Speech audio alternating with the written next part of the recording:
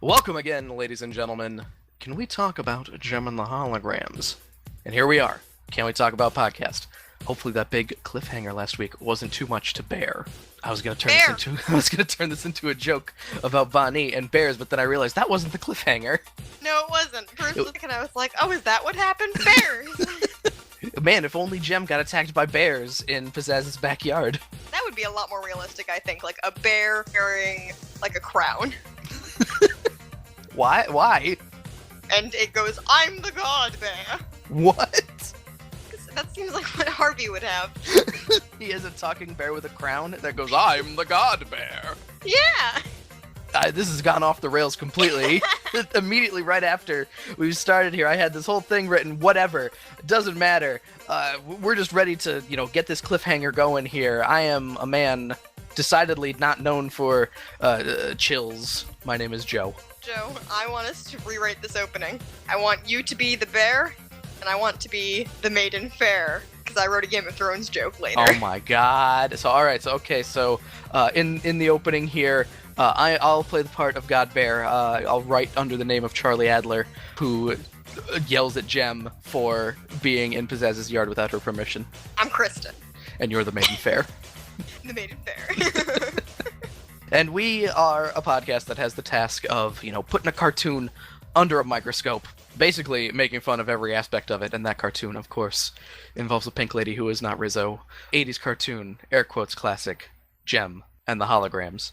A show we are experiencing, by the way, via Shout Factory's Jem and the Holograms, a truly outrageous, complete series, box set, and a little something called Netflix. Kristen!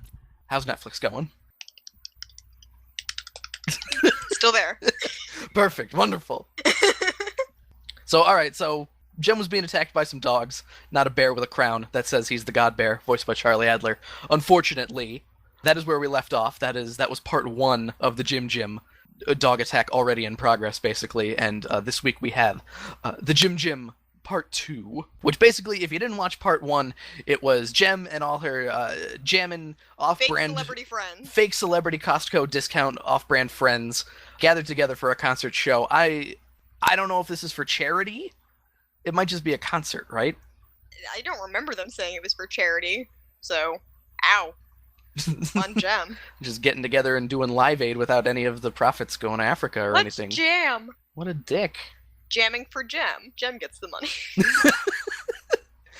That Starlight Foundation fund, that Jerica's Pocket fund. And it's not actually money, it's Jem is going to get some jam. Like, just a lot of jars of it. Oh, that's going to make her pockets kind of sticky. Ew. So, again, last thing that happened, Jem's at Pizzazz's house, getting attacked by dogs because they took Luna Dark, but that gets solved pretty quickly, so let's take a moment, we'll play the theme song here, and we'll jump right in. We'll jump right into the Jem Jam part 2. Time to Jem. Me and my friends are Jem girls. Jem, Jem is my name. Exciting adventure, fashion and fame. Once you're a Jem girl, you're never the same. Come on and be a Jem girl. Jem, Jem is my name. Me and my friends are Jem girls. Jem, Jem is my name. Truly outrageous, that's a Jem girl. Glamour, fashion and fame. Exciting adventure, fashion and fame. Once you're a Jem girl, you're never the same. Come on and be a Jem girl. Jem, Jem is my name. Jem. So we start off with a recap, which it's been a long time since we've started with a recap, so that's actually... I wasn't paying attention. Who was doing the recap, Kristen? Do you know? Jerica, I think. Okay, well, at least it was somebody. It's been so long since we've had a recap, I wasn't paying attention, and as soon as you asked that, I was like, shit, I should have been paying attention. We get the shot of Jem pulling the microphone away from her mouth again, but still sounding like she's talking into a microphone, which is quickly becoming my favorite thing about Jem, is how often that happens. Her inability to use a microphone and knowing that she's using Synergy as a handicap to just amplify her voice. The recap also included the line, Ba Nee secretly decided drummer Randy James is their long-lost father, which is a fucking ridiculous sentence. Do you have a question? Please. So we determined that... Oh no, I forget the other guy's name. Bruce Springsteen? Yeah. Johnny Deekstein. Yeah, Johnny Deekstein. So if Johnny Deacon is Bruce Springsteen. Does that mean Randy James is Max Weinberg? That's part of the thing. Yes, Max Weinberg, famed Conan O'Brien drummer for many years, was the drummer in the E Street Band. I don't know if he ever had red hair, because I don't know anything about the E Street Band. I know there's a guy with a saxophone, and Max Weinberg, and that's it. Yeah, I don't know much either. Like, I was thinking to myself, like, we got this drummer here. Like, what do I know about drummers in bands? Not a lot. Spoilers. No, looks like I'm on Google Images here. As far as I can tell, his hair has always been gray. And he doesn't have the little tiny circle glasses, which I don't know if he always had either. I don't know. That's the thing, There's a picture of La Bamba here, too. You see, what memories? You see Max Weinberg on Conan for so long, you can't picture him any other way, even when you see him in music videos from E Street Band days. Yeah, but this is a lot funnier with Ba Nee secretly decides drummer Max Weinberg is her long-lost father. The verbiage of secretly decides is the key here, I think. Like, she does a pinky promise with herself, like, we got this. We begin back on the dog attack, basically. Jem's solution at first, because this... But wait, hang on. Oh, please. Worth pointing out, this seems like a, like, oh no, look what's happening, but Jem snuck onto private property, and there were consequences. Actually, you're right. She deserves everything that's happening to her right now. That's the crazy part. She transforms into pizzazz in broad daylight, but the dogs don't listen to her. I thought at this point it was because Jem doesn't sound evil enough. Like, all pizzazz needs to do is just, like, look at the dogs and hiss, and they'll, like, just sit and look like they're hypnotized. Yeah, see, I wrote that Harvey purposefully trained the dogs to kill pizzazz. Well, I mean, from what we see later, that might actually be the case. Yeah, so, whoops.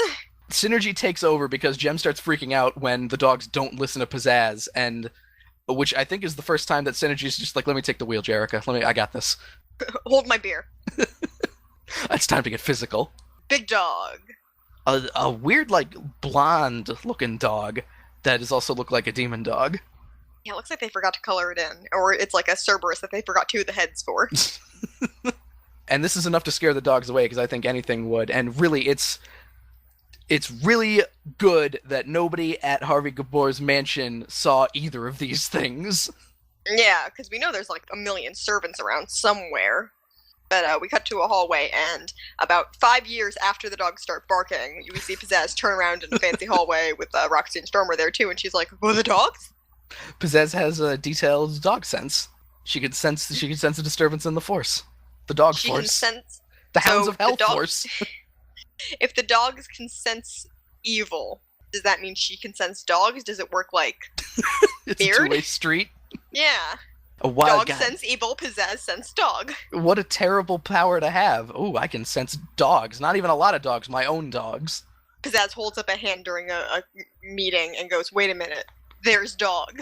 And everyone goes, "Yeah, so fucking what? We're inside." And the room explodes, and it's like The Shining, where the blood comes out of the elevator. Don't ask Pizzazz, so what?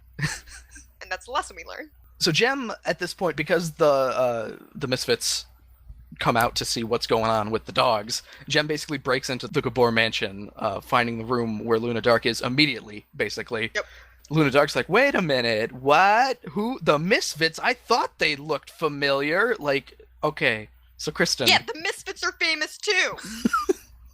This does beg the question, is Luna Dark an idiot and only cares about herself? Or are the Misfits not famous enough to draw the attention of bigger acts than them? I wonder if she's like makeup blind or something.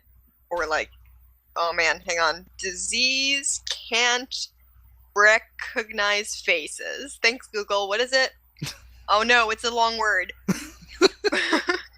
Prosopagnosia. So Luna Dark might have thought that Pizzazz was Jem, right? If Pizzazz had said, when Luna Dark asked, "Where's Jem?" she could have went, "I'm Jem," and Luna Dark would have been like, "Oh, cool, okay." Yep, she doesn't seem very smart, so it didn't even require that amount of capering. Yeah, all they had to do was just say, "Who cares?" And Luna Dark was still like, "All right, okay, Yeah. I'm on board." Oh, I don't think they were missing much with Luna Dark not being there, but Jem has to be the Jem cop. Those are pretty much her only lines this episode, too, aren't they? Other than the line in the song that they all sing. Yeah, she doesn't say much of fucking anything. The dogs all chase after the Misfits as well because they go to find that the kennel is open, and this is a very shocking development for Pizzazz because, the dogs are trained to kill her. Yeah, so she says, like, specifically, my dad's the only one who can call them off. So they're like, oh, so when's he going to be back exactly? And Pizzazz says, Monday. The meekest we ever see Pizzazz. I was going to say this is a rare moment of Pizzazz feeling something other than overconfidence, sadistic glee, or anger, as Roxy grabs her collar and goes, Monday? But today's Friday! Roxy looks like she's ready to knock Pizzazz's head off. She's gonna slam her into the kennel a few times. That was something. Yes, they get trapped inside the kennel. By the way. Yeah. So they're apparently things go fine because we see the Misfits later and they're like, "Yo, we good." Stormer started digging a hole back to the mansion. She's really good at digging. That's something you might not know about Stormer. Despite her name, they were originally going to call her Digger, but no, Stormer is better. Grounder. Grounder. Oh, so she's a robot from Sonic the Hedgehog. Perfect. Why do you remember that? I've never watched any of the Sonic the Hedgehog cartoons. I just remember Grounder's... Oh, it's the cartoon, too! Yeah, Grounder's the one with the drills in Aquatic Rune Zone, I'm pretty sure. Well, I figured it was something with drills. The Jem Jam Part 2! Again, written by Christy Marks. Sonic the Hedgehog! Hoping to nail the dismount after... Episode 1. The Jem Jam Part 2. And Knuckles.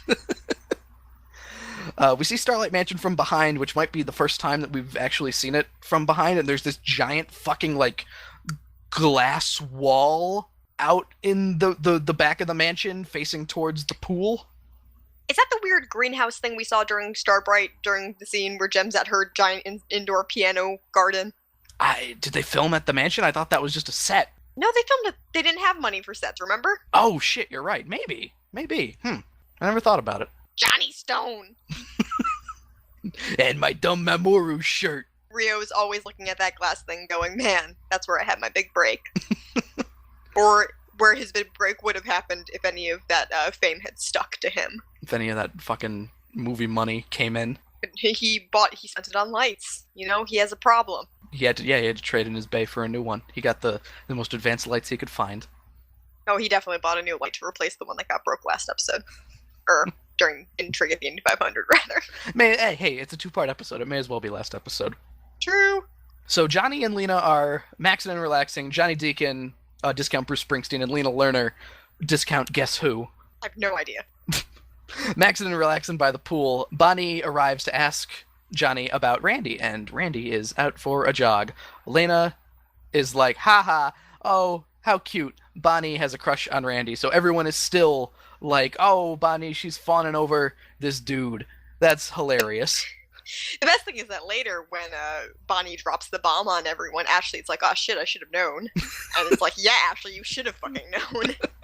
Ashley is, yes, neglecting to, probably because she wants to see sparks fly, because she's the cheat and she loves mischief. She probably wanted to see this happen, or what eventually happens. Who is she, Ba Nee's keeper? I don't think so. I am not my orphan sister's keeper. Whoa. We should write a book called that. My orphan's sister's keeper. Lots of possessives. That's good. Publishers will like that. Kimber is in the pool. There's a lot of pool in this episode for some reason. I don't know why. Yeah, I thought none of the other holograms got any lines all episode, but I think this is actually the only time any one of them talks, and it's Kimber, and we see her from behind. Yeah, because she's just like, I hope Ba Nee's not annoying Randy, and it's Johnny's just still brushing things off like, oh no, Randy thinks she's sweet. How about we hear from Randy and Ba Nee, and they speak openly and honestly, and then we don't have these issues that turn into bear attacks. I'm just saying. This is one of those things, because this is a very orphan-heavy episode, I actually didn't even notice. I'm sure Aja appears in background shots during, like, songs and shit. I definitely saw Shayna in a background shot. Yes, I was going to say, Shayna is at the bear pit. I remember that. I don't remember where Aja is in this episode at all, other than playing her instrument. She's blending into the background. So we fade to Randy running, and there's some motif that plays twice in this episode that is definitely based on a song from the series. I'm pretty sure, and I don't know what the fuck it is. I can't remember what it is at all. I need to start paying more attention to this stuff. Ba Nee comes roller skating up alongside him and goes, Daddy, what's Vietnam? Which is a weird question, because she was born there. No, what she actually asks is, so hey, when were you in Vietnam? And Randy goes, oh, it was a long time ago. And then Fortunate Son starts playing really loudly in the background, and like the frame gets all black and white, and there's helicopter noises, and he has like a shell shock flashback. Sorry, I'm Googling Unlock. Ba Nee mentions that she was born in Onlok or Onlok, whatever. I should remember how it was pronounced, but I don't remember. But The subtitles didn't spell it the No. way that I'm finding, so I'm like super confused. no, I looked on Netflix, and for some reason they spelled Onlok with like an X in it, and it's literally just AN space LOC. Yeah, I'm pretty sure they spelled on with as like XUAN. Which sounds Chinese, honestly. So the people subtitling in Netflix, you got to get your Oh, Asian yeah. countries straight. When you Google XUAN, first result is Unlock. Oh, I don't know. Vietnam, whatever. They got a Or lot of ways they can language. spell things. Probably, yeah, language barrier, whatever. I got distracted. Randy can immediately place that Unlock is in the South, and this is just like super double, triple confirmation that Ba Nee is like, oh, he is my father. He knows what Unlock is, even though he never said he was in Unlock, Onlok, Yep. Tone Loke. Wait, He never drank a the funky thing- cold Medina. Are you done interrupting me? Please go Is that a ahead. yes? Okay, thank you for your permission. Bonnie's like, oh, that proves it. And you would think that if someone said that to you after you said something that you thought was kind of innocuous, wouldn't you go, what? This is, I think, the second or third time this has happened too, because you'd think after Ba Nee in the first half of the Jem Jam, when she was like, "Oh, I never thought I'd find you" or whatever, Randy would be like, "What? Huh?" I realize I'm a famous drummer, so it must be great that people want to meet me, but you're a little girl. And there were a bunch of other people standing around when that happened too. You'd think one of them would be like, "Ba Nee, what do you mean?" Nobody pays attention to the orphans. Also, the fact that Ba Nee is born in Onlok confirms that she is from South Vietnam and not a dirty communist. Thanks, Jem. Thanks for adopting a good Vietnamese girl and not a communist. That had to be on purpose, right? Do you think Christy Marks was just like looking at Vietnamese cities and she might have accidentally chosen? I can't even think of a city in North Vietnam, just a North Vietnamese city. It's like, okay, so if we want a little girl that's Vietnamese, because you know what's still fresh in the 80s? The Vietnam War. Let me take a look. Now I'm doing some googling. I gotta figure out. You think Vietnam, sometimes you think Hanoi Jane. I don't know if Hanoi is a whatever. I don't know if that's a South Vietnamese city or a North Vietnamese city. From 1954 to 1976, it was the capital of North Vietnam, and it became the capital of reunified Vietnam in 1976 in the North's victory in the Vietnam War. So if Ba Nee was from Hanoi, she would be a communist. So it's a good thing she's not. Thanks, Jem. Thanks, Jim. So Ba Nee starts to say, "You must be my father," but because she's roller skating, the roller skating was a means to just have her scrape her knee, I guess, or keep up with Randy, who was jogging. Yeah. Also, catch up to him because he was already jogging and she was like speeding down the sidewalk going, Dad! It comes out because she hits a bump and more like, "You must be my father." And go ahead, deliver your line. So at this point, after she falls over, Ba Nee scrapes her Ba Nee. She lays on the ground for a little bit and starts to cry a little bit. So Randy picks her up because she ain't gonna roller skate no more. And he bride carries her. Yeah, this relationship is going from 0 to dad way too fast. Long ways, I guess. On a what is long ways, Kristen? Is it a hamburger, not hot dog? Yes, it is. So Randy carries Ba Nee hamburger ways back to the mansion. Hamburger ways sounds way better than bride carry. Also, you double check me on this. I feel like there's wild inconsistency with how fucking tall Ba Nee is supposed to be. There's a lot of scale issues in this episode in general, especially when it's multiple orphans in the same place. Because Ba Nee at certain points looks like she's fucking 2 feet tall, and she looks as tall as she was in Getting Down to Business. It's like how they say in It's a Hard Knock Life from the famous musical Annie. No one cares if you grow or if you shrink. It's true. She's doing it rapidly to try to impress her father. She has mutant powers that she's showing off, and She's gonna get sick if she's not careful. So we cut back. Chrissy is walking back from the pool, and Dominic does his best Terry Bogard impression, going, "Hey, you!" Which is impressive since Fatal Fury doesn't come out for a few years, since 1986. Dominic is still being an asshole. Dominic, Lena Lerner's son, who we met in the last episode, supposedly a Michael Jackson allegory, according to Christy Marks, I think, even though he's just a guy with a leather jacket. A young guy with a leather jacket. He moonwalked as a child, which is like a Michael Jackson Inception, I guess. Whoa. And also He didn't start doing that until he was an adult, right? Yeah, that was playing Billie Jean on MTV, I think, is when he first did that. You would know. I would know, yeah. I never watched that. I don't know. This is my knowledge coming to Pop culture. pop culture. All right, so Dominic's still being an asshole. He's throwing clothes at Chrissy to be like, "Hey, wash these and shine my shoes, if you please, and make sure you do a good job." Okay, all right. So I'm gonna go back into your room and lay down. Okay, David Putty. Oh my god, did I turn to Patrick Warburton there? That's great. I love Patrick Warburton. You did a little bit near the end there, which is weird because that's not what Dominic sounds like at all. No, he does not. Nor does he sound like Terry Bogard when he says that. I just wanted to make that joke. Oh yeah, I know. I watched the episode and so did everyone else. Yeah, so Chrissy, this is the final straw for her. I'm glad she doesn't be like, "Well, for Jem, I guess I must persevere." So she kicks her door open and throws all that shit at him. And goes, "Who do you think you are?" And he says, "I'm Dominic. The slick. The cool. The hip. Maybe she's born with it. Maybe it's Dominic." To which Chrissy continues saying that he is the nasty, the loud, the conceited. So what I just wrote was, "Hey Dominic, fuck you." Basically, yes. And he goes, "I'm a star, baby." But Chrissy's gonna sing a song in her swimsuit.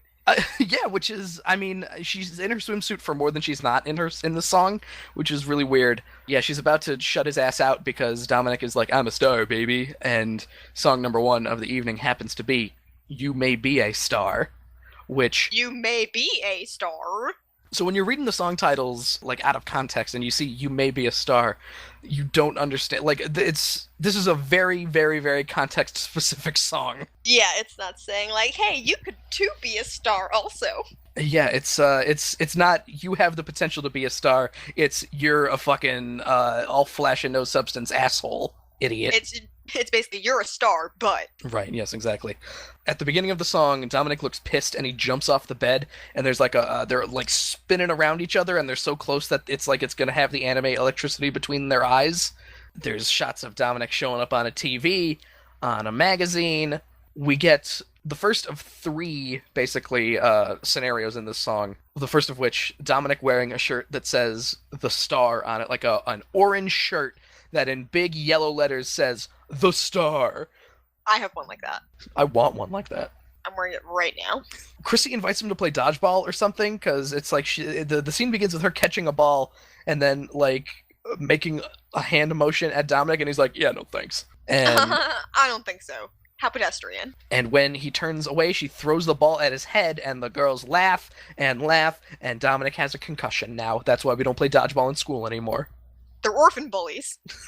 That girl gang rolled up on Dominic and assaulted him. We cut to Pizzazz. I don't understand why Pizzazz... I mean, I get it. I get that this song can also... I was going to say, really? You don't get it? I get that this song can also apply to Pizzazz, but how much interaction has Chrissy had with Pizzazz other than being used during the music awards? Like, used to clean the dishes. So I guess she's still sore about cleaning them dishes. So yeah, Pizzazz is in a limo. Pizzazz is riding with a bunch of jewelry. Yeah, like the other seat in the backseat of the limo is taken up by a dress, and there's like king's gold jewels everywhere, like piled on the seat as well. And it's her portable dragon hoard. Because we see at a certain point as well, Roxy is like the chauffeur of this limo. Is this like Chrissy's impression of what the Misfits are like, that Pizzazz basically runs the show, Stormer doesn't exist, and Roxy is a patsy, pretty much? Can you get a driver's license if you can't read? Oh my god. Because Roxy does drive. Chrissy doesn't know that. Chrissy doesn't know about... No, I mean, Roxy drives in the cartoon. No, yeah, in Roxy Rumble she does drive when she is illiterate. So... But she's a misfit, so the law doesn't apply to her, so who cares? That's true. She kills the cops who pull her over. Bang, bang, cop killer. Damn it, you took my joke. It's because you've done it before. That's how I knew you were going to say it. True. True. When was the last time we made the cop killer joke? I don't remember. Was that the music awards? When Danny killed a cop? And Ba Nee revealed herself as a private investigator. Boom. Freeze, motherfucker.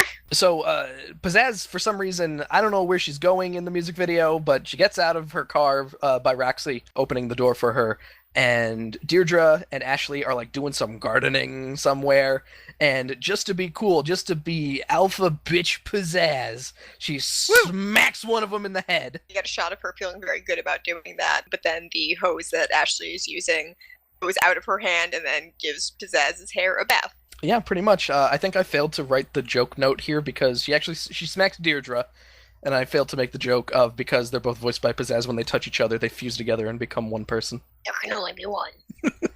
We cut to the third mini story of this song. Dominic is looking all forlorn at the girls who are all talking and having fun, and he turns away when his and Chrissy's eyes meet. And this is where the song turns from "you may think you're a hot shot but you're an asshole" to "you may think you're a hot shot but you're really lonely." Oh, I think Chrissy has way too much goodwill toward Dominic after how rude he is to her, where, like, as soon as she realizes that he's insecure, she's like, I will fix. She really Must fix. That's really weird that how much she goes out of her way just to have Dominic even admit, like, I'm wrong. And she doesn't do it to be like, you were wrong, now lick my shoes. It's like, hey, it's fine. Do you want to be friends? Which, it's good that Dominic is learning this lesson.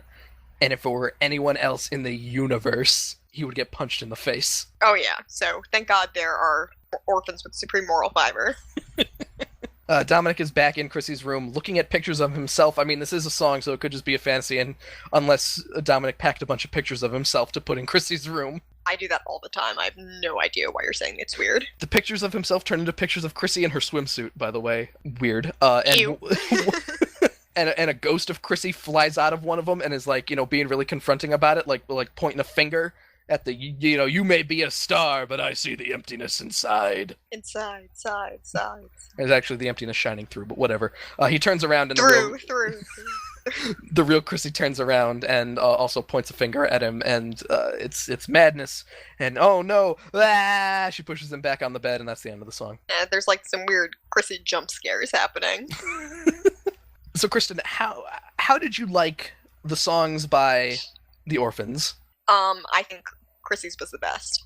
You think Chrissy's was the best? She sings the best. I liked Chrissy's the least. She definitely sang the best. Don't argue with me on this. Are you kidding me? I'm gonna be honest. I think A Father Should Be was pretty good.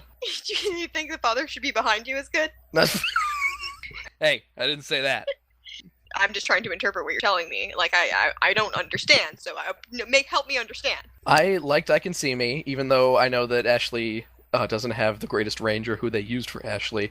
I think Father Should Be is a good song, mostly because it's subject matter that's going to come up again, and it's used in the last episode, so I view it as an important song, at the very least. Well, the other thing with all three of the songs is that it's basically the title repeated over and over and over again with slightly changed lyrics, so they're all, like, quality-wise kind of the same. That's true. You're right. Okay. Might be a star. I Can See Me. A Father Should Be. You're right. At least A Father Should Be then does that in the least obvious way, I think, where, faster songs like You May Be a Star and I Can See Me, there's more opportunity for them to repeat those titles like 90 times. I'm trying to think about, like, way back in the 80s, if I were a little girl then, would I want a fucking doll that came with a song being like, I don't have a dad, and I'm really fucking bummed about it. So, okay, yes, that was the other thing. The reason that the Orphans had songs is because they were going to make toys of them, and I don't actually know if the toys of Chrissy, Ba Nee, and Ashley came with a cassette. Like, I don't know, they might have come in a 3-pack as well, that's the thing. Like, I don't think you could buy them separately. They were all illustrated together. Yeah. Like the official doll illustrations. I've definitely seen that, and all of them are drawn together. Right, which I feel like implies that they were all in a 3-pack. And I also feel like at that point there's a very good chance that Christy Marks wrote all these songs so they could be put on their cassette, and then it might have just ended up like, why don't we just put a Jem song on there just in case? Probably for the best.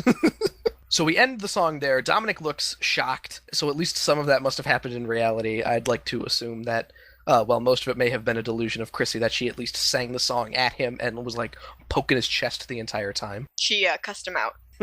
Yeah, she used a cuss word, and he's like, "What? Ass? Oh my god!"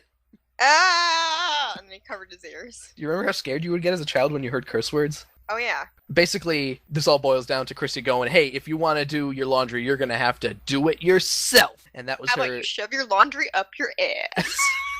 And that's why he looked so shocked, because Chrissy said a bad word. Yeah. It's like, swears. So we cut to the Jem and Jammers jamming, all jamming out, doing the Jem Jam, jamming out, We cut to Jimming. Jim. We cut to Jim, jimming out with her gym friends, jimming at the gym, getting some sweet gains. Getting physical. The gym. It is here I notice it shows like all of them together, all of the discount celebrities and Jem. If they're like a super band, they've got 6 singers at least, 4 of which don't play any other instruments. That's the thing that confused me about Cobra Starship initially. It was like 90 singers. Yeah. I don't know how much of a thing they still are. I'm talking about like original Snakes on a Plane Cobra Starship, not Good Girls Go Bad Cobra Starship. I don't know. Somebody's got to be Linda McCartney. So somebody, please get a tambourine to someone out here. Who's gonna get the Linda McCartney tambourine? Do you think Madonna would be above that? Luna Dark would be Timber. above that? Lena Lerner would be above. Who's gonna play the keyboard? And then Stevie Wonder, whatever his name is, Roland Owens, is just like, "Hey, yeah, get that Me, you synthesizer, idiot. get that synthesizer garbage out of here." And it turns into Old Meets New again, and then it's just with instead of Sometimes you wanna go. "We're Bobby Bailey's and the Tornadoes," dun dun dun dun, but it's about Stevie Wonder into instead. a bear pit. Damn, Sometimes cheers. you want to go where everybody is your dad. Dominic arrives at this point, and he's just like, "I want to be in the jam, Mother Lena Lerner," but he's not an experienced jammer yet. He's a low-level jammer, and Lena Lerner's like, "No, son, go play with the girls or something, please. Get out of my goddamn hair." I don't understand why Dominic came and was announced at the press conference event thing if he's not in the gym. So they could have that moment where Chrissy's like, "Oh no," and that's it. They could have written around that. It probably could have been Lena Lerner being like, "And here's my son, Dominic." And everybody would have been like, "Oh, Lena Lerner brought her son," instead of Jerica announcing, or Jem announcing Lena Lerner and Dominic. Or like Lena Lerner could notice sooner that he was being a big dick and gone, then you don't get to be in the gym. Dom. Dominic's response to not being allowed in the gym is basically going, "Mom!" But Mom! And she goes, "Don't give me any lip," and tells him to, fucking get out of here. Go hang out with the girls. As he walks past a room in the hall, we see Ashley and the Starlights seem to be practicing, except Leela decided that she didn't want to do drums anymore and went to keyboard, and Blender is now been relegated to drums because she is the least important. There was some band drama going on that we didn't get to see. This is part of Leela's rebellion. "I want to play the keyboards. Why do I have to be Shayna?" And Blender just doesn't care, so that's why she's playing the drums. Blender is a very multi-talented orphan. She's good at everything but blenders. Dominic listens to them play for maybe 10 seconds, which is mostly like a bass line, pretty much, before going, "Man, that was awful." Do you think that was supposed to be, like, they don't go into it, but him hoping that by saying that they're terrible, it turns into, "Well, you guys aren't very good, but I am the hip, the coolest, maybe it's Maybelline. Perhaps you would like me to help you."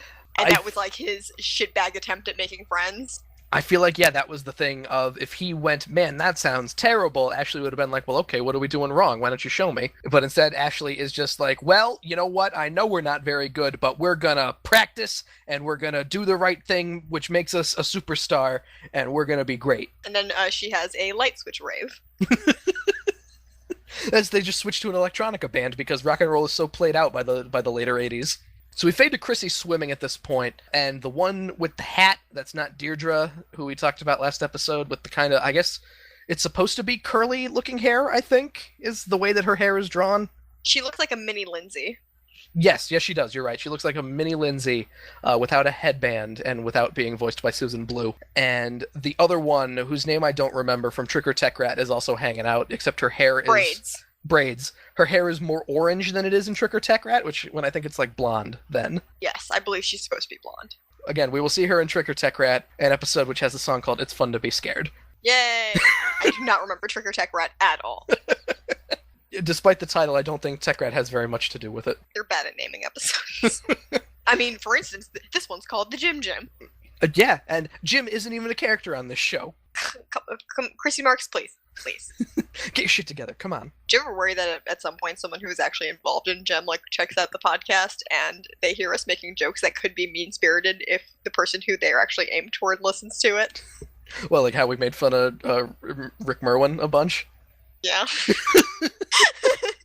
What if Rick Merwin listens to it and goes, "Aw, Rick Merwin, this is all in jest. I'm sure you're a great writer. I'm sorry that you wrote two stupid episodes of an 80s cartoon. I'm sure a lot of people wrote stupid episodes of 80s cartoons. You can look at the Transformers series. That is a ton of fucking stupid episodes. In comparison, Jem didn't do too bad. It's all from an area of love. We love you. We love Jem. We love Jim. I love According to Jim. I don't.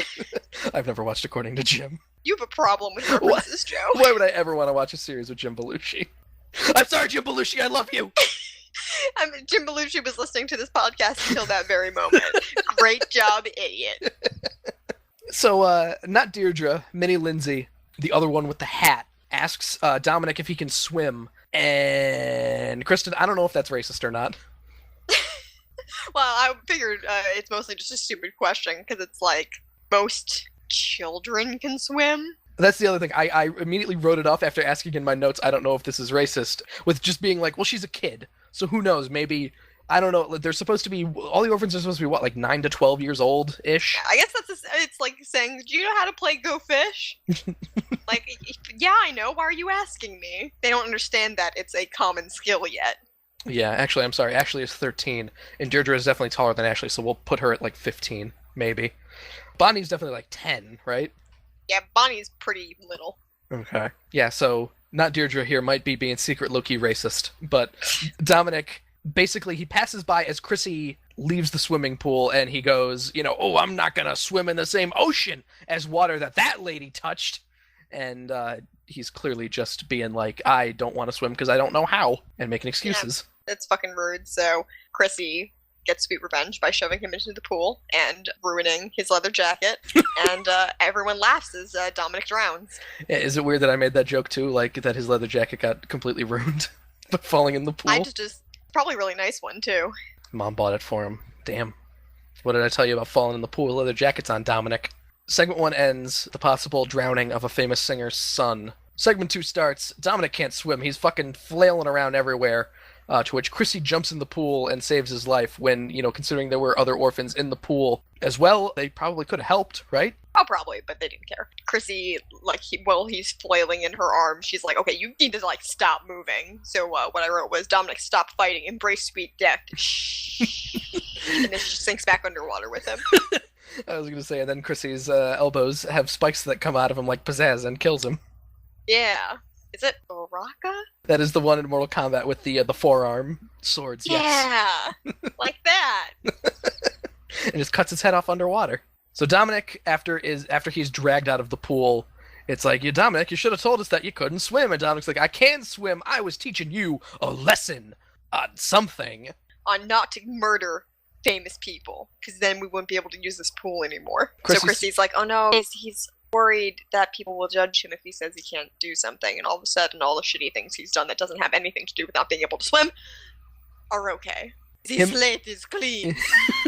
Him covering for his love of femininity by taking Chrissy's room. It all makes sense. He can't swim. So we fade to Ba Nee and Randy hanging out, and they're going to the zoo. And honestly, I was like Ba Nee at this point. I had forgotten that everybody goes to the zoo. I assumed it was just going to be Ba Nee and Randy, which seems to be the impression that Ba Nee is under as well, because as they walk outside... This transition is fucking hysterical. I don't understand what happens here, because they walk outside, and Ba Nee's like, well, wait a minute, everybody's going to the zoo. I thought it was just going to be us. And Jerrica, for some reason, gets really fucking angry at this. Yeah, suddenly she's orphan mom. She goes, for shame, young lady, what a selfish thing to say. I mean, Ba Nee was just confused. I understand if the other orphans might get jealous of the fact that Ba Nee is going to the zoo with Randy James, and it's just like, I man. think it would be different if Ba Nee was like, I don't want them to come, but that's not what she said. No, she's just surprised that everybody else is going. And yeah, so thanks, Jerrica. Dominic is once again pleading with his mother to be in the Jem Jam, and it is at this point that I realize that Dominic has wandered his way into basically every scene in the episode so far. Saying either insulting things or "Mom." Pretty much. Chrissy invites Dominic to go to the zoo, but ew, girls, cooties. But actually, what he says is something worse than that, which is Bears. who needs a bunch of useless girls? And then Lena Lerner punches him in the head. There's a useless girl. I have 30 gold records. Fuck you! It is at this point that I realize that Dominic's leather jacket, either he has the exact same leather jacket, or it's perfectly fine. A waterproof leather jacket. Yeah, he had an extra. Chrissy, again, being supreme moral fiber, asks Jerrica if she can stay behind at the mansion, and Jerrica, who is already turned around and on the bus as she is responding, is just like, well, that's fine, that's up to you, but, we're gonna go to the zoo now, goodbye. Yeah, you would think after the whole Ba Nee thing, the appropriate, orphan mom thing to do would be like, well, is something wrong, Chrissy? And at least have Chrissy be like, nope, I just want to hang out here for a little bit. Have fun. And her go, okay, you have fun too. Nope, Jerrica already did her one mom thing, and she's just like, I'll let Kimber handle this one, but Kimber's already on the bus. She goes, shit. So it's just like, I gotta get on the bus, goodbye. And she also says, it's gonna be a lot of fun, you're gonna miss it. And then they drive off. And she does miss the fun, let me tell you. Oh, yeah.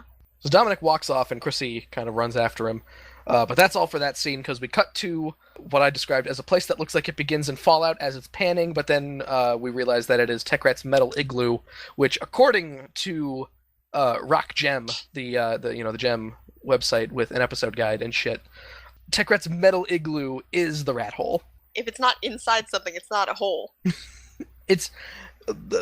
how about bars being described as a hole in the wall? What about that, huh? Well, they're at least no, I don't think that's an okay explanation. This is an igloo. It's not like a building with a door that you go into and you're like, yes, rat hole. It is a dome.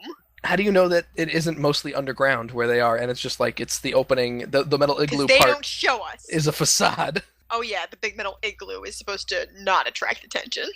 So the winning is everything motif is playing as well as the Misfits are currently in the middle of yelling at Eric for his stupid Tron suits and the balloon idea, both of which went nowhere, basically. Yeah, so everyone says the word gimmick a bunch of times, saying, we need something new for us to attract attention. Joe, I don't know about you, but I've always associated the word gimmick with something negative. I have associated it in recent memory with wrestling, which is, a gimmick is, a single sentence basically that you could use to define a guy. John Cena's gimmick is never give up. That's his thing. He's a good guy who's never gives up. And that's not really what the Misfits are doing. No, the Misfits are not condensing what they are doing into one sentence. They are trying to use electronics and things to look more flashy to try and cover for the fact that they aren't that popular. They're looking for a good hook. Which I don't think... I feel like they have a good enough hook. I'm pretty sure. It's an all-girl, punk-style, 80s band. Not even electronic. Who have guitar motorcycles sometimes. We have guitar motorcycles. I think that's enough gimmick. The guitar motorcycles alone is enough gimmick, but Pizzazz probably crashed all of them. That's true. Or when you say crash, I at first imagined actually driving and crashing them, but I could also see us using the word crash to describe Pizzazz wailing on them. Pizzazz picking one up by the guitar neck of the guitar it. motorcycle and slamming it into another one. Yeah, crash. So yes, Eric is just like, oh, you just need a new gimmick. And Pizzazz goes over to Tech Rat to try to butter him up for some kind of gimmick, even though I'm pretty sure that's what he's doing anyway. I'm working on it. She picks up a box that electrocutes her, and it looks like it's starting fires in the rat hole, and there's electricity flying everywhere, and all Tech Rat does is just go, hey, don't touch that. Yeah, he left something unfinished and turned on his desk. some sort of metal object where touching it is enough to cause powerful electric shocks and fire. It's an anti-Pizzazz device.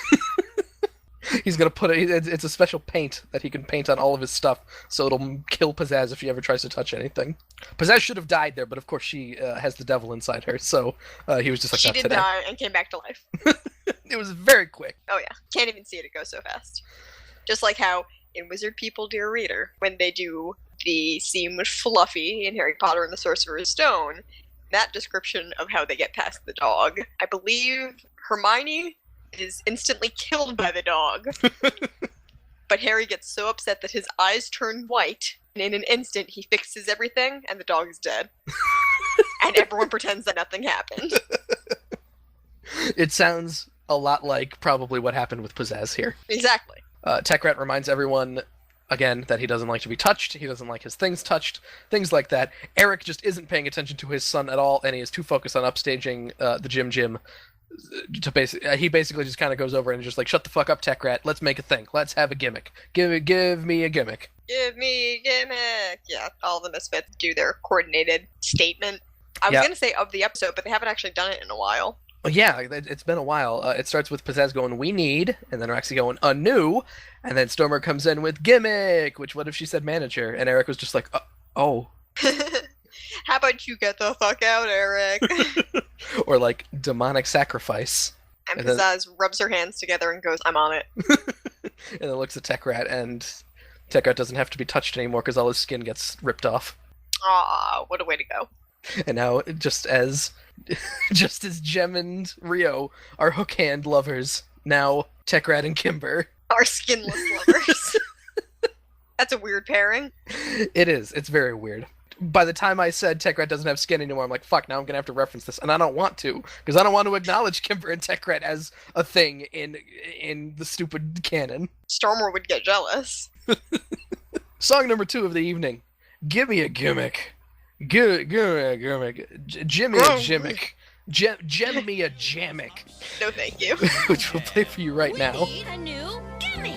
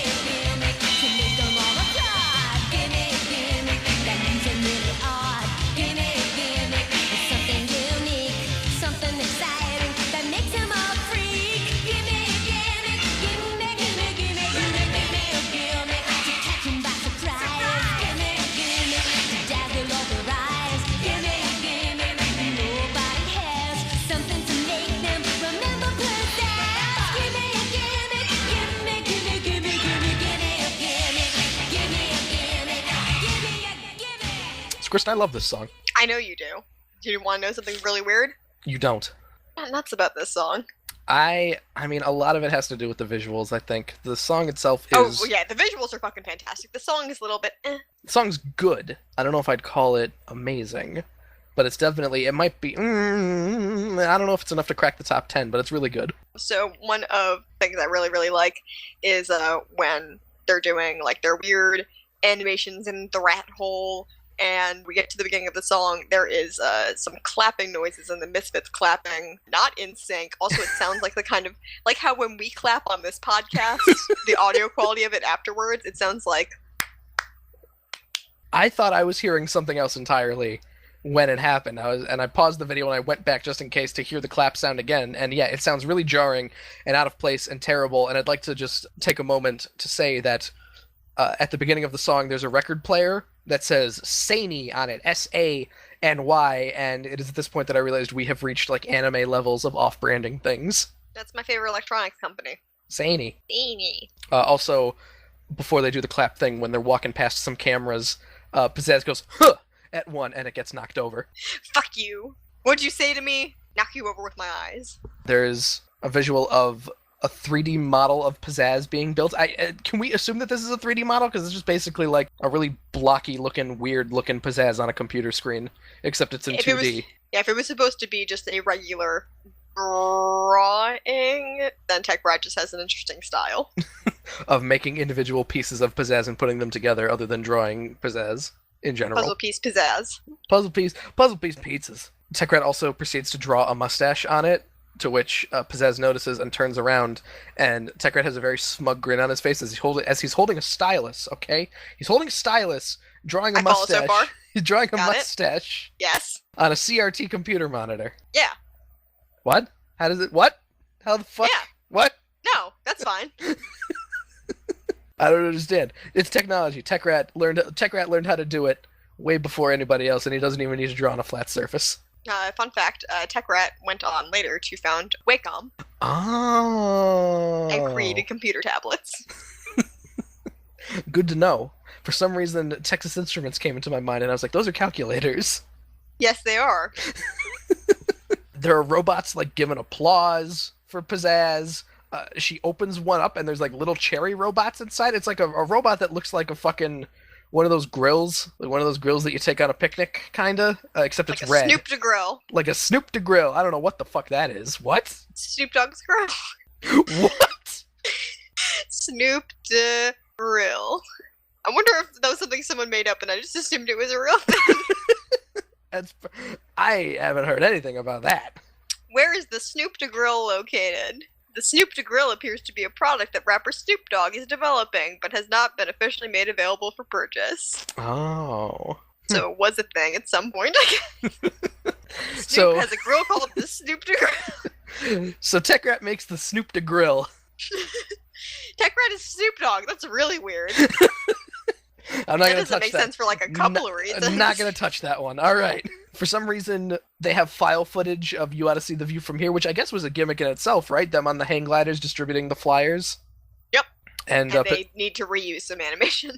I guess. And Pizzazz is so excited that she smashes through the projection screen like she's Then fucking. it switches to her looking like she's some kind of evil mermaid, and it turns out she is just looking inside a fish tank. Yeah, there's a fan blowing her hair, and then there's a lyric about an eye. I don't remember the exact lyric, but there's a fish reflected in her eye for some reason, and then we get all of the best imagery all at once in about a 2-second span of Roxy and Storm are touching the Tesla ball thing, so their hair is all going up everywhere, and they're making like like silly horror movie faces. Yeah, fun fact, the rat hole is actually inside of Spencer's gifts.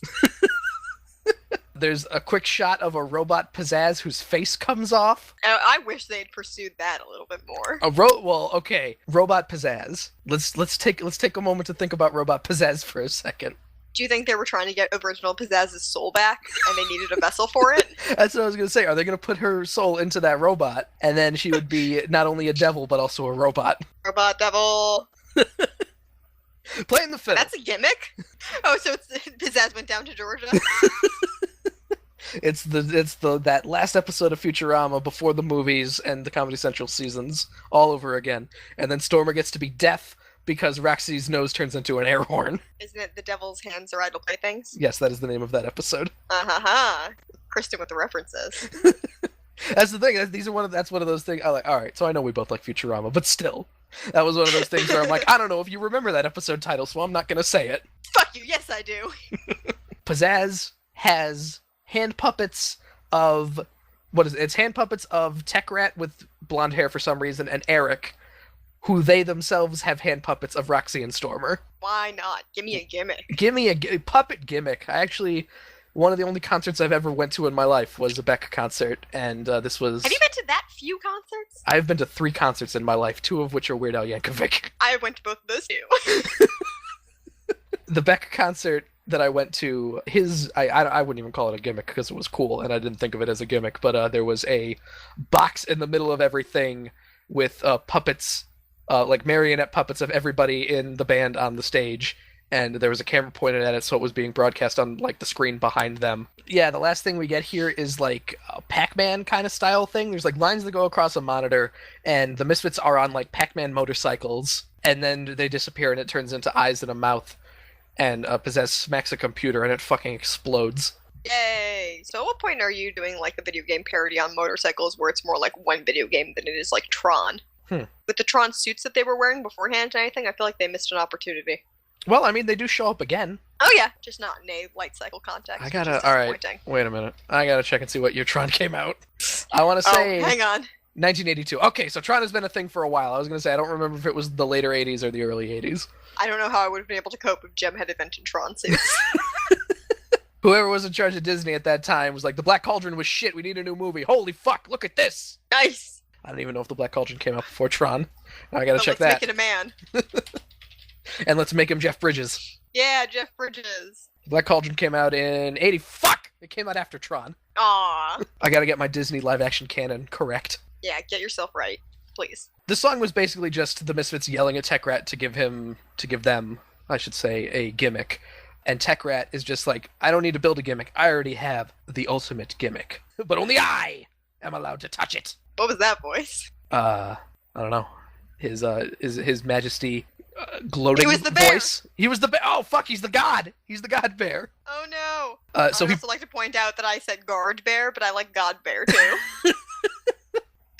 Wow, all right, good. I messed that one up. So Tech Rat pulls out the controller thing from like the top level, and it looks like Simon, which for some reason in parentheses I put the memory game, thinking that if I just read the note, it looks kind of like Simon. I would think Simon who? Isn't the game actually called Simon Says? Is it? I just always heard it referred to as Simon. I don't remember. We never had one. Didn't we? We had a memory I game don't- thing. I don't know if we had Simon brand memory I game. think one of our neighbors had Simon. All right. Once again, Simon memory game. Simon Says on Wikipedia. Here we go. Disambiguation. Electronic game is Simon, often referred to as Simon Says. Oh, so we were both right. So thank you, Milton Bradley, for making Simon, I guess. For inventing the game Simon Says. For inventing the game Simon Says, a game that probably was really advanced in the 1970s. Electronics. So Eric and Stormer aren't terribly impressed with this thing that just looks like Simon. But they go out of the rat hole and they walk over to a garage, I guess, which is just right at the rat hole.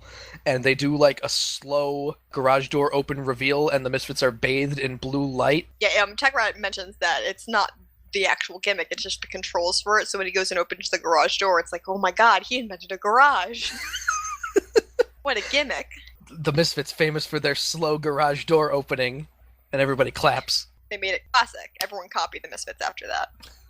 Stormer describes it as awesome, like in the correct sense too, as in something inspiring awe, or at least that's what her voice sounds like. As you know, as you could almost hear like the fucking angelic chorus in the background, like the even though what Tech Rat, even though what Tech Rat has is just like, it's cool and like really. He invents a giant hover platform. Yes, which is pretty awesome actually, but I guess the reason that it's not used is because it is unsafe. To which Pizzazz actually asks at this point, Tech Rat, is this safe? And Tech Rat does his best impression of a cover of a Loverboy album and goes, it's perfectly safe, and he crosses his fingers behind his ass. He wants to kill the Misfits so badly.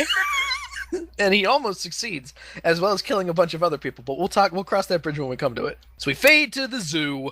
The same motif when Randy was running from before plays, and I still have no idea what it is. One of the orphans points at a bear in the bear pit, in a different bear pit, I guess, because he's a different color entirely, and goes, "Wow, he looks silly!" And from far away, it looks like the bear is waving, and then Rio goes, "No, bears are dangerous. You got to be careful about bears. Bears will fuck you up." And then there's a close up on the bear, looking like it's been possessed by Pizzazz. Looks like it's been possessed.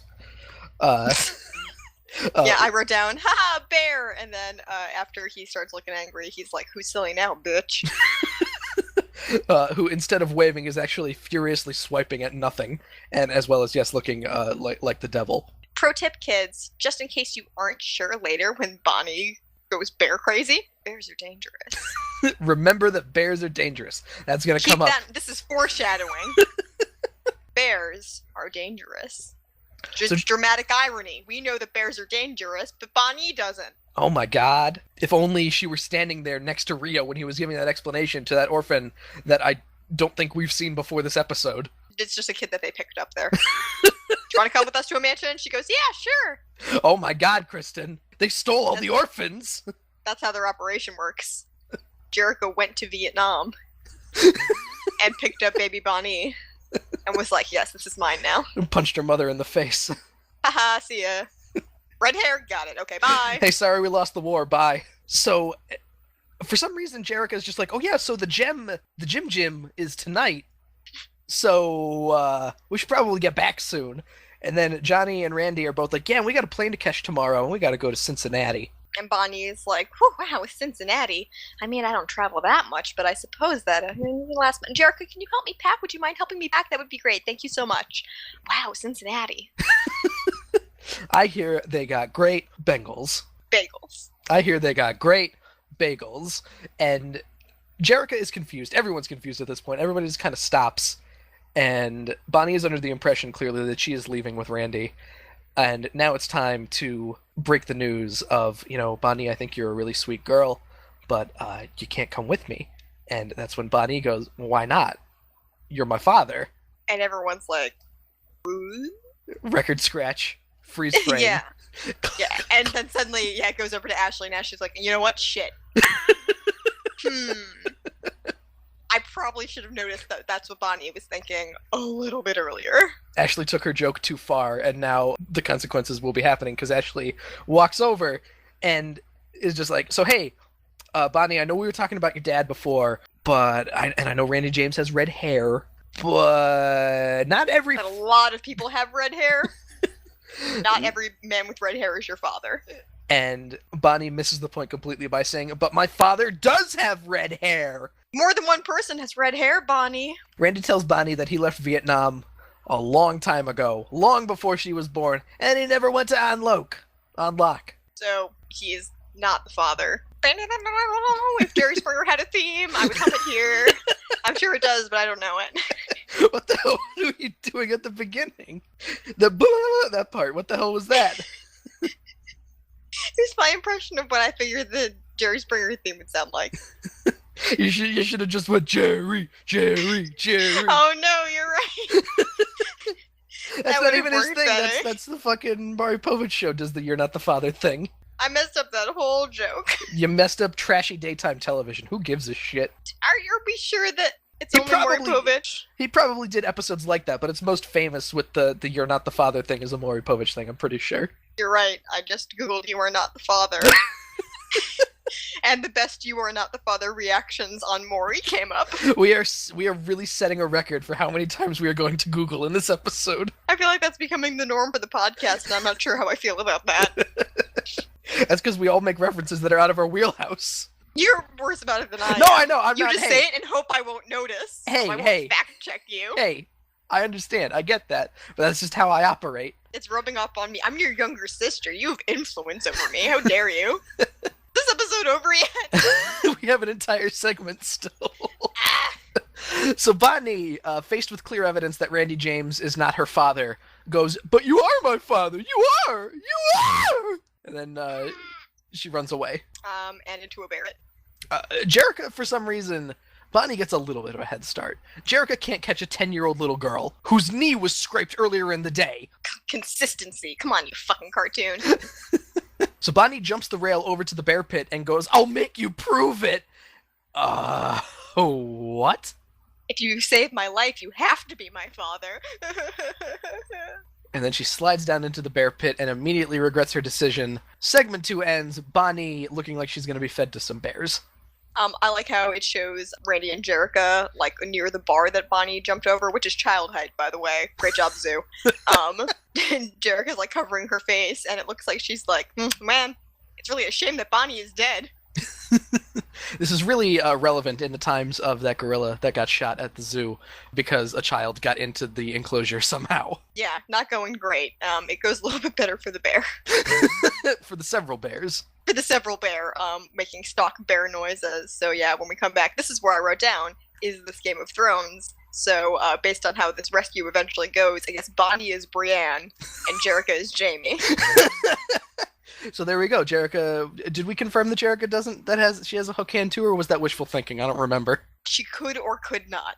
Okay. So at the very least, she has a Jaime bronze hand, oh my God, whatever. It's so appropriate, yes. Jem has a gold hand. This fits in perfectly to our fiction. I wrote the greatest AU in the universe. Jem AU, the bear and the maiden fair. So who's Cersei and is Jem fucking Kimber then? I don't want to do this AU anymore.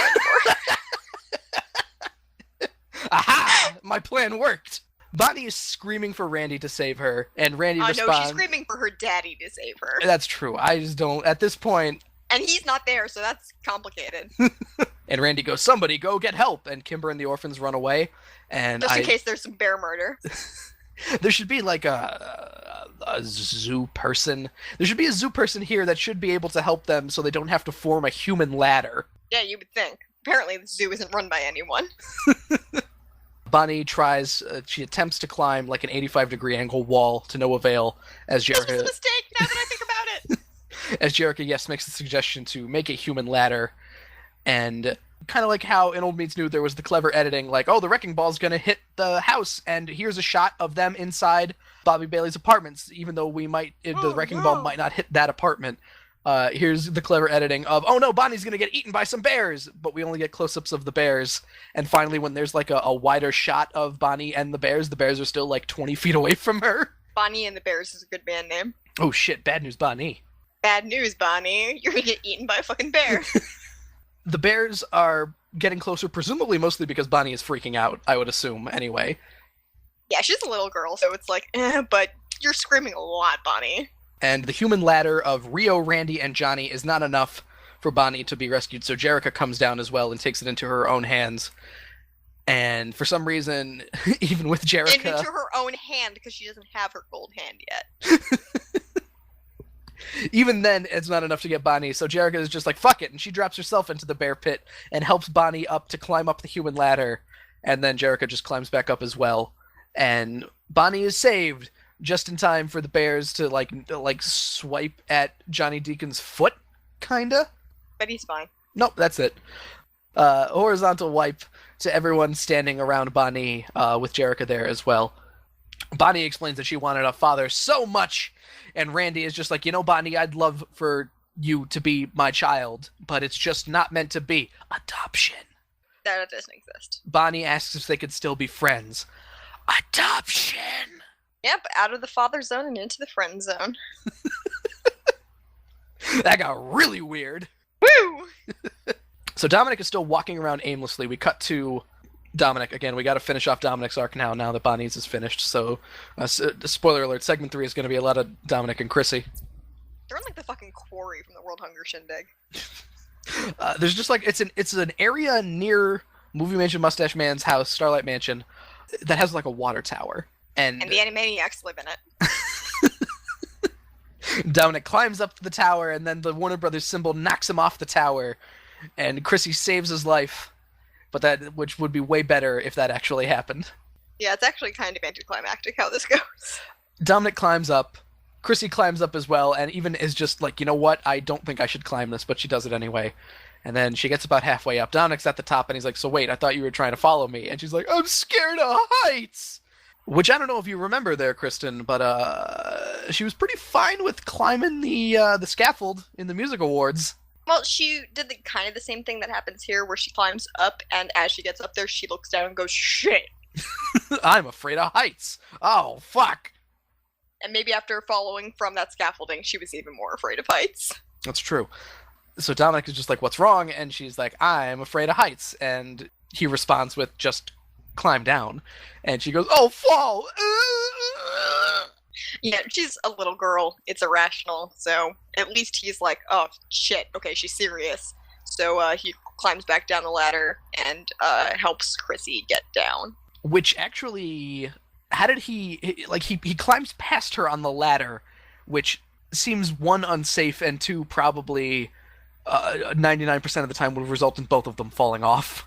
I feel like if you had to do that in real life, you should switch to the other side of the ladder. It was around just one side of it. That might be pretty difficult too. I don't know. It's animated okay. Yeah. No, it's fine. But yeah, it's still, he helps her down, whatever. And he asks, why did you climb the ladder in the first place if you're afraid of heights? And she's just like, it was all for you to listen to me. It was all for you to listen to what I had to say. And he responds with, well, that's silly. And she's like, isn't it more silly to pretend you're not scared of something? So he's like, I did almost drown. So, whoa! Switched it all around on him. Chrissy is so great at turning the argument into her favor and being the supreme moral fiber. Like, hands on hips, standing up, chin high. And Dominic's like, oh, fuck, and he sees the light immediately. And Chrissy offers a deal to teach Dominic to swim if he stops acting like a jackass. Mr. Macho Superstar, which I wrote, you stop acting like Mr. Jesus Christ Superstar and I'll teach you how to swim. You stop having weird freeze frames on your face when people ask you to die for them. Yeah, come on. You're the Messiah. And it's a deal, which Chrissy really should have just been like, how about $50? $50 and I'll teach you how to swim. if she were thrifty, she would have thought of that, but she needs to get there. It's true, she's still too young to realize the value of money. Slowly but surely. So it's time for the Jem Jam, and there's 2 minutes left in this episode, maybe? Ooh, wow. Jem Jam. And it's taking place at the same place that at the beginning of Old Meets New, the musical intellectual property musicians against intellectual property concert. That's, you know what, considering all the bootleg famous musicians, that's appropriate. We see Tech Rat in the audience, so he's there. Considering Tech Rat hates being touched and what happens later, shouldn't Tech Rat have just kind of like hung out at the side, maybe? Or like not near a bunch of people? Things were bound to go sideways no matter what. This is also the second time this has happened, because Tech Rat hung out in the audience during the music awards during the Haven House benefit too, didn't he? Yep, he did not learn his lesson. All the discount celebs are mentioned by name again. You got Roland Owens, who's at the piano. You got Luna Dark and Ron Cox dancing really awkwardly with each other. Lena Lerner has a backup band all of a sudden, which I refer to as the Supremes, but I don't know if they're based on any particular... I just look at 3 lady singers, and I'm like, that's the Supremes. Yeah, sure. We all had to drive here. Johnny Deacon decided to not bring the rest of the Discount E Street Band with him as well, because it's just... it's only introduced as Johnny Deacon and Randy James, so like the 13 other people in the band are just hanging out back in not New Jersey somewhere. The 2 of us are a band. And just as they're about to start singing their song, Tech Rat hits red, green, blue, green, green on Simon and summons the anti-gravity platform that the Misfits have. Beep, beep, boop, boop, boop, boop. That was the press your luck noise, but... No whammies. No whammies. No Stop whammy, platform. no whammy. Yeah, no Misfits, no Misfits. That was what Tech Rat was saying in his head. Gonna kill the Misfits. So the Misfits arrive. At first it looks like a laser UFO.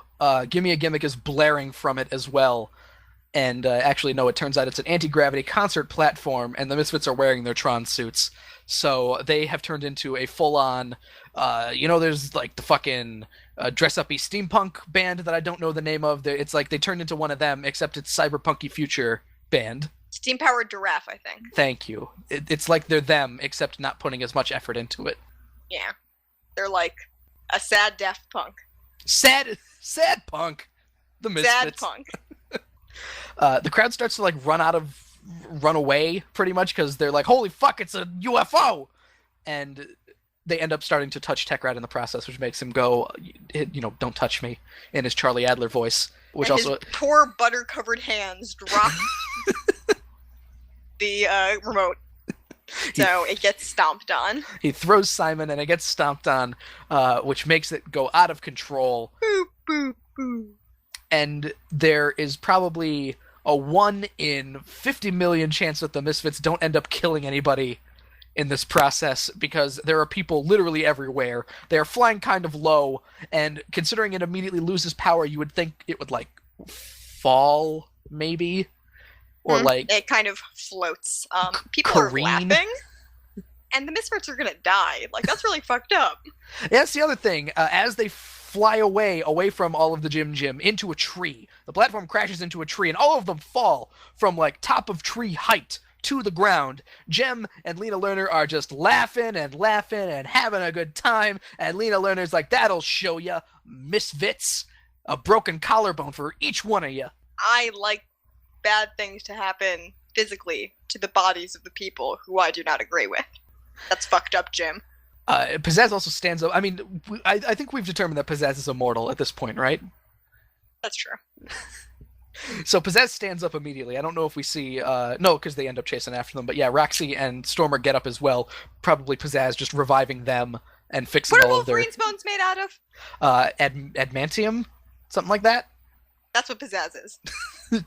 She's got that sweet adamantium skeleton and Yep. healing factor. And poison barbs in her forearms. And Roxy's made out of carbonadium, and Stormer's made out of vibranium. It's true. She goes wherever you throw her and comes back. Just like in the band's breakup! Yeah! She leaves and comes back, and she's also Captain America's Captain shield. Stormerica. Techrat and Eric arrive, presumably, probably because Techrat is just like, fuck, the Misfits are dead! Yes! And then, nope, they're not. But his platform is not doing great, and he is very sad about his gimmick. Oh, yes, he's sad about his gimmick. He's acting like he lost a child, actually. Or, a loved one. So, the Misfits are not happy. Pizzazz is angry that Techrat said it was safe. Roxy screams that she's going to break their heads, so rest in peace, Eric Raymond and Techrat Raymond. And then we go back to a Jem Jam already in progress. Everybody's back in their seats. It took 2 seconds for them to be like, well, that was weird. They got tired. They laughed so hard at the death of those people. And here's song number 3, which, usually we only play one song an episode, but Jam All Night Long, I have 2 notes for this song. This is a fucking... It's 15 seconds long. Let's do it. All night long. Jam all night long. Get into the song.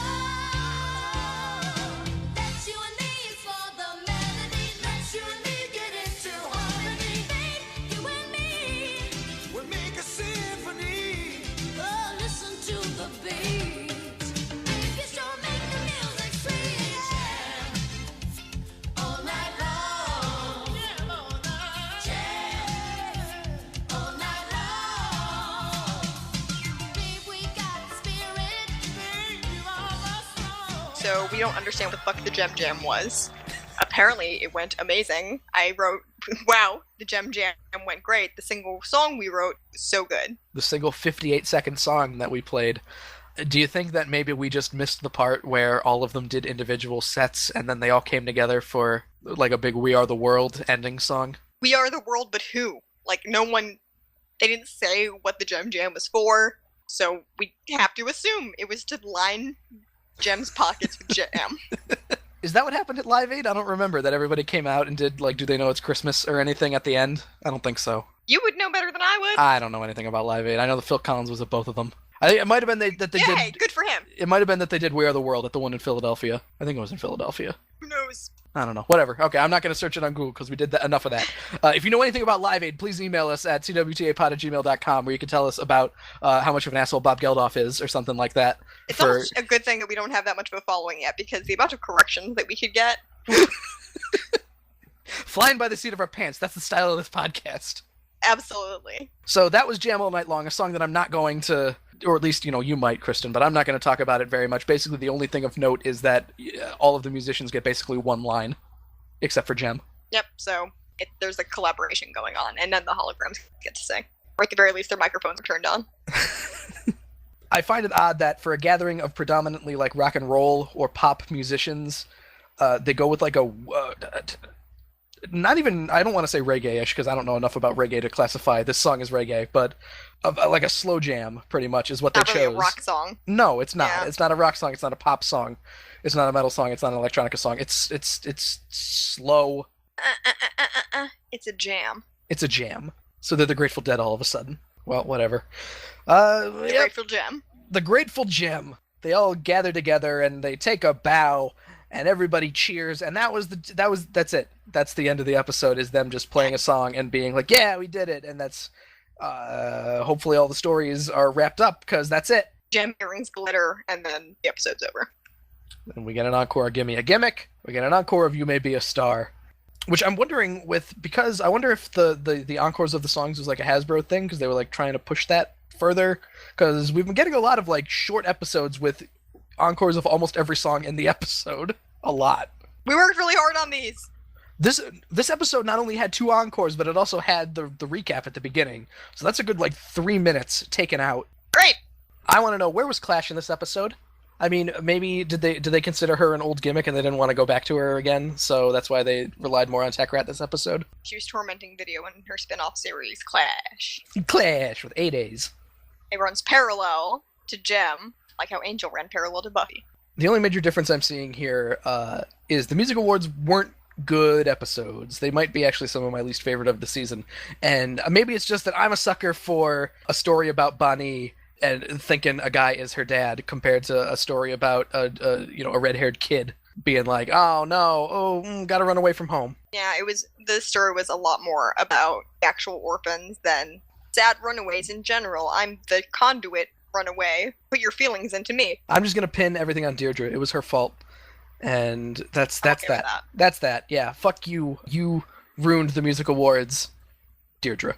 Plus, we're going to get more Ba Nee father drama, so that's exciting. Yes, I always like that. But now is the point in the evening when we list off all of the fun contact things where you can follow us, such as Twitter at CWTAPod. You can follow me at Octopus, which is AWKTAPUS. You can follow me at FunnyGirlTM, like trademark. You can find us on the iTunes, on the SoundCloud, on the Stitcher Radio. Leave a rating, give a review, do whatever you feel like. You can also reach us gmail.com at cwtapod at gmail.com, where you can email us all of the corrections that we need based on the references that we're making that are clearly out of our wheelhouse, and what Vietnam is. Please! And I would also like to point out that Madeline left us a review on iTunes. Does that count, though? What do you mean, does it count? She has her own iTunes account, so yes, those 5 stars count. Kristen, did you make your own iTunes account and give us a good review? I didn't leave a review. I rated us 5 stars. I don't have iTunes, so I have not done that. We only have 5-star ratings anyway and 4 reviews, so you could still use other listeners to give ratings and leave reviews. Still. Wink, wink, wink, wink, hard winking, wink. Winkly Like, we review, don't- wink. We're not even trying to be subtle about it. Come on. Next week, Kristen, it is Culture Clash. It is an anomaly of an episode, placed one episode before the end of the season, but absolutely holds no plot relevance or anything like that. It could have been the first episode after Starbright, really, and it wouldn't have made much of a difference. Only it would have made us... I don't know. Rip the band-aid off, get it over with sooner. Right.